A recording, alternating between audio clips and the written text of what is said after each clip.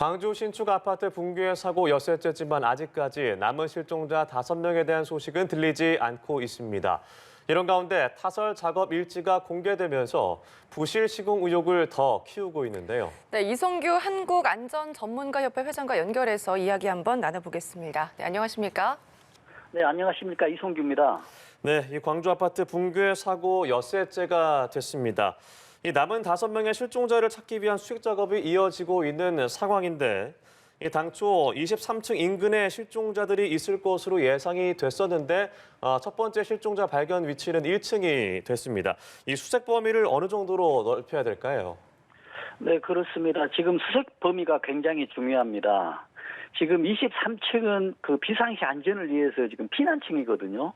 그래서 피난층은 이런 그 비상시를 대비해서 일반층보다 더 강하게 설계되어 있습니다. 예. 그래서 23층에서 연쇄적인 붕괴가 멈춘 것이거든요.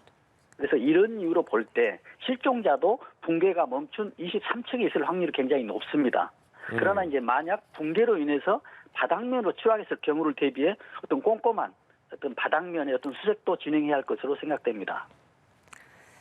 네, 이 본격적인 수색을 위해서는 타워 크레인을 해체해야 되는데요. 현장에 투입된 작업자들이 위험하다고 판단이 돼서 작업 중지권을 발동을 했습니다. 그렇다면 이 건물 고층부 수색이 지연될 수밖에 없는 상황인 거죠? 네, 당연히 그렇습니다. 지금 현재 타워 크레인이 건물에 지금 지탱되어 있기 때문에 그 지탱된 부분을 풀고 타워 크레인을 순차적으로 해체해야 되는데 지금 작업자가 지금 위험을 느낀 것이거든요. 그렇다면 분명히 위험한 순간이 되는 것입니다. 그러나 또 수색은 또 진행해야 되고 그래서 이런 문제가 중축되고 있어서 어떤 수색이 지연되고 있는 것은 굉장히 아깝다는 그 생각입니다. 그러나 이제 중요한 것은 2차 사고이기 때문에 만반의 준비를 해야 되겠죠. 네, 이렇게 타워 크레인 해체도 지연이 되고 있는 상황. 또 잔해가 계속 떨어지면서 이 수색이 중단되면서 여러 차례 어려움을 겪고 있습니다. 이 붕괴가 발생한 23층에서 28층 이 상층부에서는 여전히 이 잔해가 쌓이는 상황인데 추가적으로 붕괴할 가능성은 어느 정도가 될까요?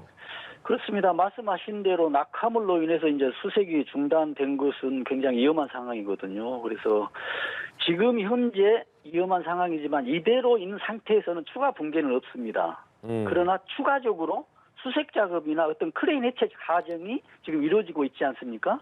예. 이런 이유로 인해서 붕괴는 이루어질 수가 있는 것입니다. 또한 그 해체 과정이나 이런 수색 과정에서 낙하물도 굉장히 중요하고요.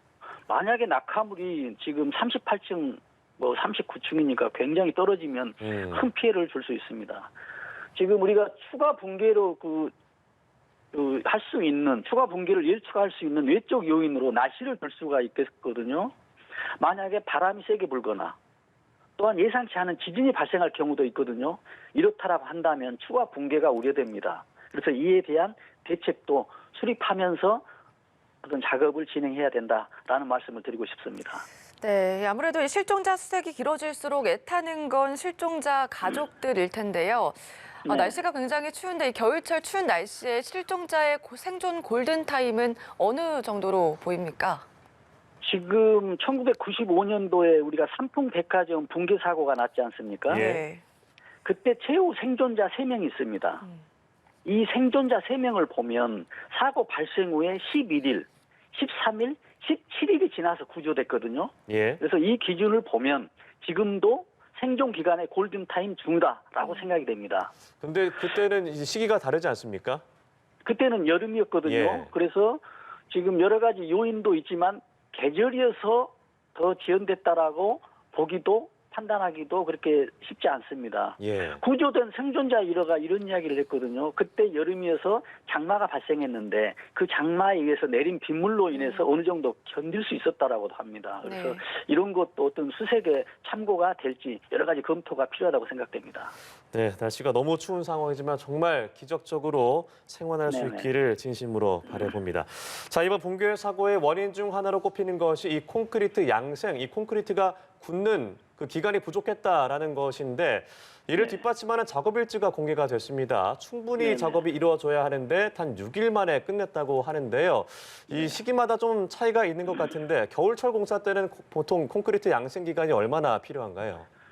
지금 원래 콘크리트 구조상 영하의 날씨에는 양성이 되지 않습니다. 아, 양성이 되지 않거든요. 그러나 불가피하게 어떤 작업을 해야 되면 지금 거기에 맞는 내부 온도의 어떤 히터나 전열기를 이용해서 온도를 올려야 되거든요. 예. 그러나 지금 작업 일지에 보면 6일 만에 작업을 했다라는 것은 굉장히 부실했다라는 것을 예측할 수가 있습니다. 왜냐하면 지금 교통부의 그 콘크리트 시방서 기준이 있거든요. 네. 영상 5도 이상일 때 9일을 소요하라고 규정되고 있습니다. 일반적으로. 그러나 겨울임에도 불구하고 6일 만에 작업을 마쳤다라고 한다면 굉장히 부실할 수가 있고요. 예를 들어서 겨울에 이제 온도를 올리기 위해서 내부에 히터나 전열기를 틀어서 온도를 올려서 양생을 하지만 네. 만약에 외부에 있는 외벽은 온도가 낮기 때문에 정상적인 양생이 되지 않고 있습니다. 그래서 겨울철에 양생 작업은 위험 요인이 있다라고 판단할 수밖에 없습니다. 네, 그리고 이 붕괴 사고 직전 상황이 찍힌 영상이 공개가 됐는데요. 영상 중에는 거푸집에 콘크리트 무게가 더해지자 두둑하는 소리가 나기도 했는데 이상 징후로 볼 수 있을까요? 이게 굉장히 첫 번째 이상 징후입니다. 네. 네. 이게 그래서 두둑 소리가 났다는 얘기는 거푸집이 끊어진 소리거든요. 저도 영상을 봤습니다만 거푸집이 가로지르는 부분이 뚝 끊어지면서 이제 시멘트가 흘러나오고요. 네. 또 시멘트가 밑으로 지금 쏟아지는 이런 영상을 예측할 수가 있는데 이 거푸집 위에 있는 그 각 층에 우리가 그 천장에 보면 두꺼운 부분이 있지 않습니까? 네. 이게 1가구로 84제곱미터 기준으로 하면 이 콘크리트 무게가 40톤입니다. 아, 그래서 이 40톤 무게가 흘러내리면서 순간적으로 쏟아지거든요. 네. 그러면 쏟아지는 충격, 중력, 과속에 의해서 힘이 2배가 발생하고 있습니다. 그런데 그 38층의 지지대가 양생이 되지 않아서 무너지기 시작하거든요. 그러면 37층은 38층 더하기 39층에 있는 물, 연쇄적으로 더 무거워지고 더 큰 힘이 작용해서 도미노 현상처럼 계속 무너지고 있습니다. 네. 그러나 다행히 이 3층에서 이제 피난층이기 때문에 거기서 중지가 됐기 때문에 지금 첫 번째 두둑하는 소리였다라는 것은 이 붕괴의 1차적인 징후라고 판단할 수가 있겠습니다. 네. 네. 그렇다면 저희가 이 CCTV 영상을 지금 확인하고 있는데 이게 이상 징후가 확인된다면 작업자 입장에서는 이거를 어떻게 대처를 할 수 있는 방법이 있는 겁니까? 그렇습니다. 지금 작업자의 어떤 그 안전에 대한 위험에 대한 그 인식을 받아들이는 어떤 지식들, 안전에 대한 이런 요인들이 굉장히 필요하거든요. 이런 징후가 발생했을 때 작업자, 관리자뿐만이 아니라 작업자도 이런 위험한 순간을 알고 긴급하게 대책을 해야만이 붕괴되더라도 인명피해가 발생하지 않을 상황이 되기 때문에 이런 정부나 어떤 시공사에서는 교육, 안전에 대한 어떤 교육, 이런 것들이 세부적으로 좀 실시될 필요가 있다라고 생각하고 있습니다.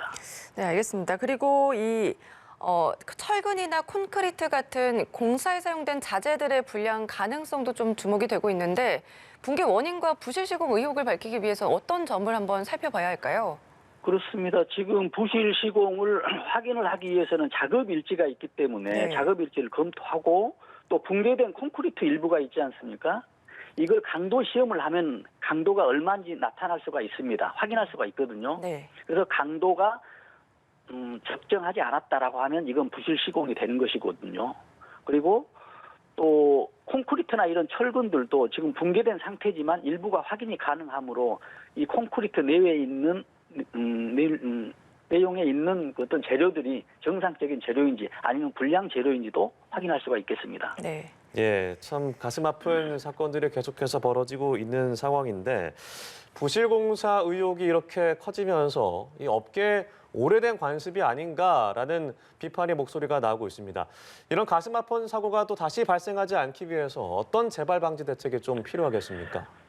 네, 그렇습니다. 공사기간 단축이 가장 중요한 지금 안전의 키워드인데요. 예. 특히 지금 1월 같은 경우에는 신정 연휴가 있고 설날 휴일이 있거든요. 이 휴일로 인해서 작업을 진척시킬 수가 없기 때문에 시공사 입장에서는 작업 속도를 지금 빨리 진척을 시켜야 되기 때문에 이로 인해서 어떤 안전에 대한 위험성이 굉장히 높아지고 있습니다.